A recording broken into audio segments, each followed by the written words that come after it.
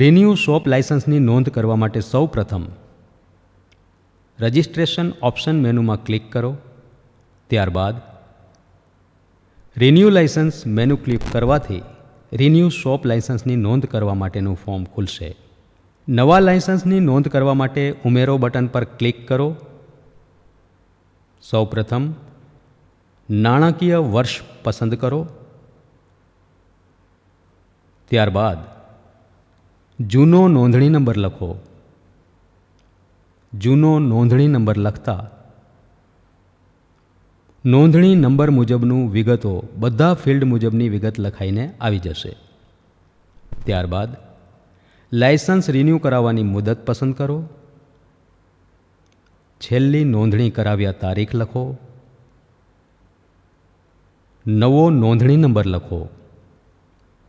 નવી નોંધણી તારીખ લખો. સંસ્થાનું નામ લખો. ત્યારબાદ સંસ્થાના ટપાલનું સરનામું અને સ્થળ લખો. દુકાન સાથે જોડાયેલ પરંતુ દુકાનના સ્થળેથી જુદે સ્થળે આવેલ કચેરી, સ્ટોરરૂમ, ગોદામ, વખાર કે કામનું સ્થળ જો હોય તો તે સ્થળ અંગેની વિગત લખો.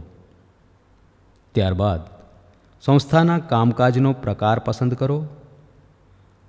કામકાજ શરૂ કર્યા તારીખ લખો. સંસ્થાની કેટેગરી પસંદ કરો. કેટેગરીમાં આવતા સંસ્થાના પ્રકાર પસંદ કરો. જે પ્રકાર પસંદ કર્યો હશે તેને અનુરૂપ લાયસન્સ ફીની રકમ આવી જશે અને જો તમારે તેને બદલવી હશે તો બદલી પણ શકશો. ત્યારબાદ માલિકનું નામ અને જો ભાગીદાર હોય તો તેમના પણ નામ લખો. માલિકના રહેઠાણનું સરનામું લખો. જો વ્યવસ્થાપકનું સરનામું હોય તો તે લખો. માલિકનો મોબાઈલ નંબર લખો. જો સંસ્થાના માલિકના જે કુટુંબીજનોને નોકરીએ રાખવામાં આવ્યા હોય તો તેમની વિગત જણાવો. તેમાં પુખ્ત ઉંમરના પુરુષો કેટલા છે, પુખ્ત ઉંમરની સ્ત્રીઓ કેટલી છે અને નાની ઉંમરના માણસો કેટલા છે તે જણાવો. ત્યારબાદ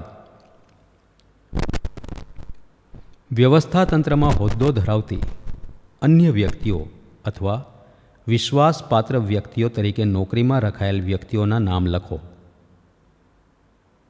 હવે સંસ્થામાં નોકરી કરતા કુલ પુરુષોની સંખ્યા લખો. સંસ્થામાં નોકરી કરતી કુલ સ્ત્રીઓની સંખ્યા લખો. ત્યારબાદ કાચી શેરાની વિગતની ટેબ પસંદ કરો. ત્યારબાદ તેમાં હાઉસ ટેક્સ અંગેની વિગત જણાવો. રહેણાંક હોય તો રહેણાંકના બોક્સમાં ચેક કરો. દુકાન હોય તો દુકાનના બોક્સમાં ચેક કરો. વોર્ડ નંબર વોર્ડના બોક્સમાં ચેક કરો. મિલકત અંગે માહિતી આપી હોય તો મિલકતના બોક્સમાં ચેક કરો. ત્યારબાદ વોટર વર્ક્સની વિગત જણાવો. નળ કનેક્શન નંબર લખો. નળ કનેક્શન રહેણાંકનું હોય તો રહેણાંકના બોક્સમાં ચેક કરો. દુકાનનું નળ કનેક્શન હોય તો દુકાનના બોક્સમાં ચેક કરો. ત્યારબાદ ટેક્સની વિગત જણાવો. મ્યુનિસિપાલિટી દુકાન કે કેબિન નંબર લખો. જો તેમાં પાટિયા કે સીડી હોય તો તે બોક્સમાં ચેક કરો. ત્યારબાદ બાંધકામ અંગેની વિગત જણાવો કે ટીપી સોસાયટી વિસ્તારમાં મકાન, જમીન હોય તો તેના દસ્તાવેજની નકલની વિગત જણાવો. જેમાં ટીપી સ્કીમ નંબર લખો. મૂળ ખંડ નંબર લખો. અંતિમ ખંડ નંબર લખો. સર્વે નંબર લખો અને પ્લોટ નંબર લખો. ત્યારબાદ દુકાન બંધ રાખવાનો દિવસ જણાવો. હવે સાચવો બટન પર ક્લિક કરતા રિન્યુઅલ લાયસન્સની નોંધ આવી જશે.